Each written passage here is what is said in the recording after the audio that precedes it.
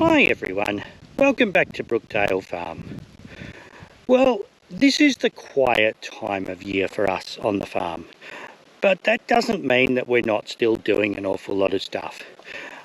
We're just about to get into the busy season. Cropping is coming up soon, so we want to start putting our oats in at the beginning of May. I know that's still 2 months off, but that's going to come pretty quickly. So we're just starting to look at our machinery maintenance and all of that sort of stuff that we've got to do. But there's a bundle of other jobs that we're doing around the farm at the moment as well. So I just thought I would take you along and show you a couple of the other jobs that we're trying to get on with at the moment.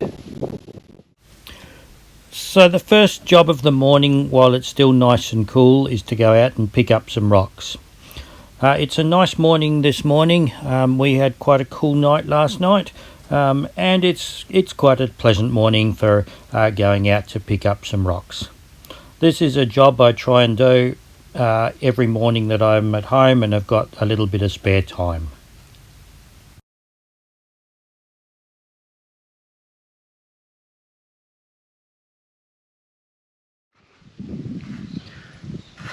So we did a fair amount of work servicing our little International C1300 truck recently, but one of the things that we still need to do is put some other tyres on it.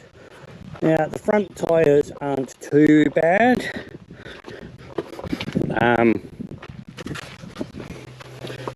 This one's been flat a few times, you can see a few cracks around it.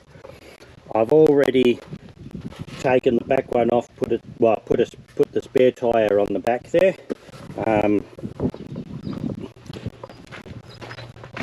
But we've got to go through and change the rest of them gradually before seeding. So I've put the spare on the truck and got the worst of the wheels off. This one's been sitting flat for a very long time and the retread's coming off. I suppose I could just glue the retread back on because the tread's still there, but no, we'll take it off and put another tyre on. Now these are split rims, which means this section unclips, and in theory that means they're a lot easier to get apart. When I changed the tyre on the spare, the tyre was that badly rusted onto the rim. As the water gets in, because it had been lying flat, the steel rusts and the lumps sort of lock onto the rubber, and it makes it really, really hard to get off. Anyway, we'll have a go with this one and see how we go.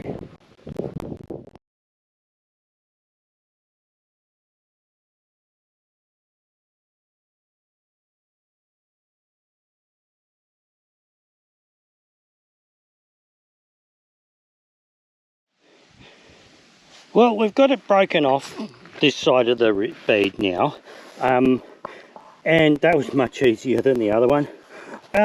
So we need to have the tyre pushed down a fair way because this has a lip that sticks down in here.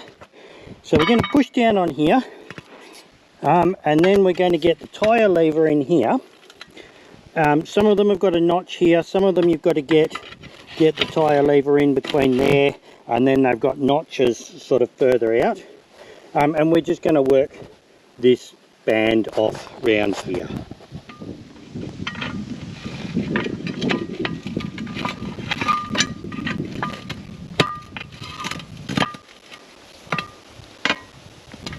Now the other one had lips out here that I could get the tyre levers under as well. Looks like this side isn't going to. But we want to just carefully work our way around. Sometimes a screwdriver's better for this than the tyre levers.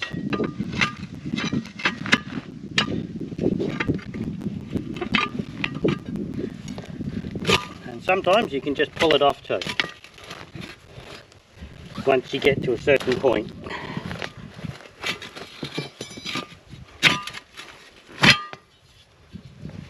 Now you've got to be very careful putting these back together.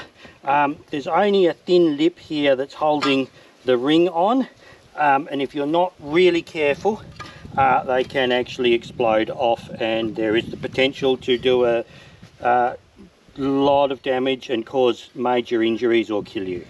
So always be careful putting these back together. So now I'm going to flip it over and break the bead off the other side.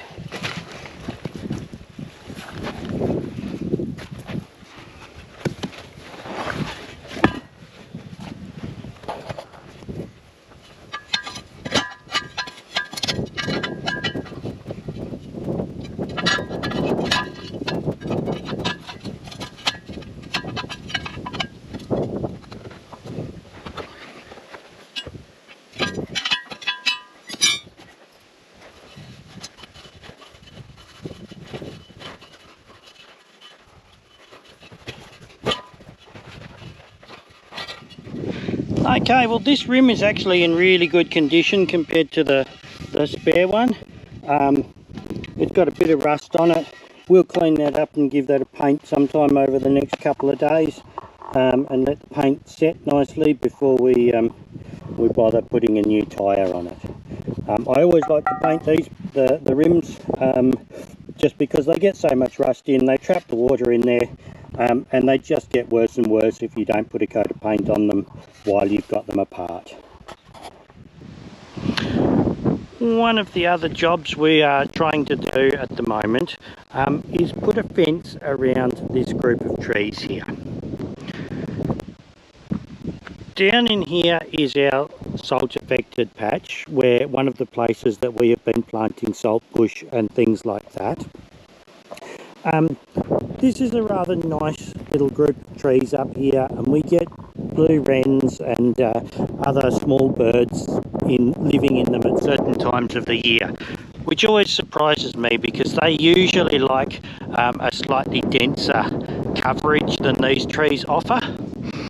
And there's this nice little spot in here which is very underutilised on the farm. We've had different plans to put a little building in here and various things like that, and none of them have quite happened yet, but we are going to make better use of this spot in the very near future. But the first thing we want to do is move this fence out of the way, and then take a fence right round the outside of these trees. The first thing to do when you're starting that is to work out where your strainer posts are going to go. So we're going to put the first strainer post in the fence there, and then a gate post out here. I've got two gates here, there'll be one at each end of the track, and then the fence comes up through here.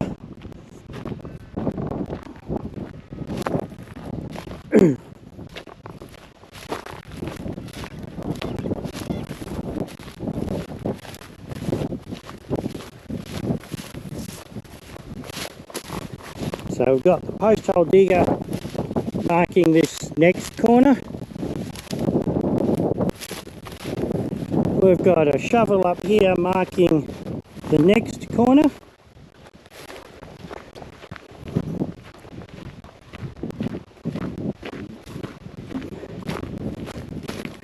And then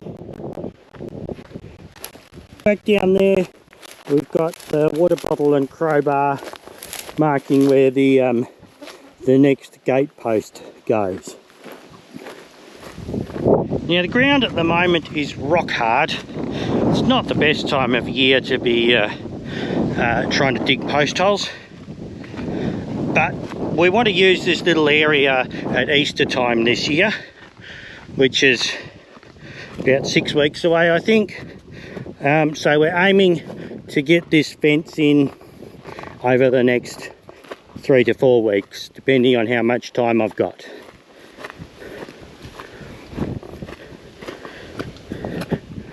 So here we are back up at the other end, looking back down to where we started. Because the ground's rock hard, I normally start by digging a little depression and filling it with water and letting it soak in. And then every time I walk past, I just dig a little bit more of the hole and just keep working my way around like that. A good crowbar and a good shovel are certainly essential for this job. If you've got all the other heavy equipment or a jackhammer or anything like that, that makes a big difference too.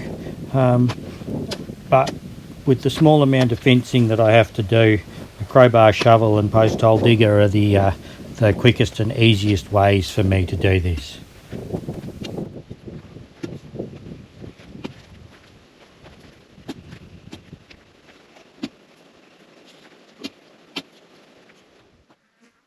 It's always interesting when digging post holes to see how your soil changes on as you dig the hole. So we're about 800 mils down, but at about 650 mils we start getting this really interesting coloured clay down here. Now this oxidises really fast. When you first dig it out, it's sort of a greeny colour, but by the time I had wandered off to get my camera and come back to it, it's already changing colour. This is our topsoil over here, so we've got fairly chocolate brown clay on top, but this seems to be all over the property because every now and then I find the ants bringing it up as well in the ants' nests. So that also tells you how deep the ants are going to dig their nests. Well, we ended up getting most of the holes dug and the posts in place. Now I've got to go out and buy some concrete so that we can set all of these posts in, and then I've got to come back and dig all the holes for the struts on them. I like to usually leave these posts for a good week to cure once I pour the concrete before I start hanging gates or putting wire tension on them. Although this is our quieter time on the farm for farm work, this is one of our busier times for delivering wheat. Usually February we are flat out bagging up wheat and delivering it, and by now it's starting to slow down a little bit. For some reason this year we are flat out bagging and delivering wheat even though we're now in the middle of March, and it doesn't seem to be slowing down yet. But it'll slow down soon enough and we can get back to some of our other jobs.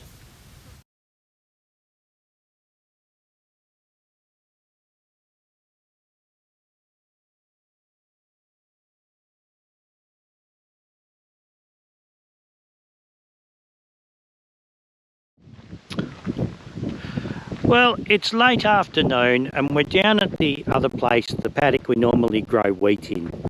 I don't very often get out here in the evening anymore with a bit of time to just wander.